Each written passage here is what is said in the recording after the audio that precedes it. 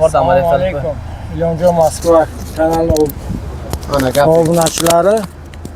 Mana shu bugun ertalab soati 8 Tojikiston vaqti bilan men Ko'lobdan uchdik. Soati 12 larga kelib tushdik. Assalomu alaykum aka-ukalar. Men sizlar bilan Ilhomjon. Sizlar Ilhomjon Moskva kanalini kuzatmoqdasizlar. Aka-ukalarimiz, bugun aeroport Domodedovda turibmiz. Aeroport Domodedovda Dushanbedan bitta akamiz kelgan, soat 12:01larga kelib tushgan gideta. Hozir sog' salomat chiqsa, o'zidan ma'lumot olamizki, necha soat ushlab turdi, ketish qanday, kelish qanday, aeroport ichida nima gap-chap, hammasini o'zidan intervyu olamiz, bilib olamiz. Sog' bo'linglar, salomat bo'linglar. Videoni oxirigacha ko'ramiz, o'tkazolmang. Unda biz ketdik.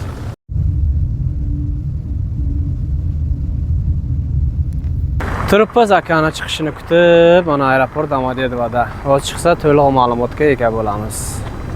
Cho'ta dolga ushlab turdi-da. Kelyapti mana. Dushanbelik akamiz.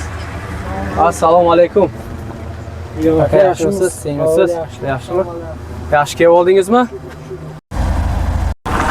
Aka-ukalar, mana biz aeroport Domodedovda turibmiz. Mana akamiz chiqdi, sog' salomat. Aka, bir intervyu bersangiz, xalqqa ma'lumot bersangiz, nechida tushdingiz, necha soat ushlab turdi?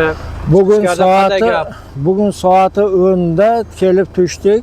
Bir 4 soatlar ushlab turdi haqiqatan. Ushlab turdi-yu, lekin bu yerda aslida kimki hujjatlari to'g'ri emas, telefonlari like boshqacha har tomondan like bosgan, o'shalarni mana 16 kishini nima qildi? Qaytardi. Bugun 10-aprel 04-oy, shundaymi?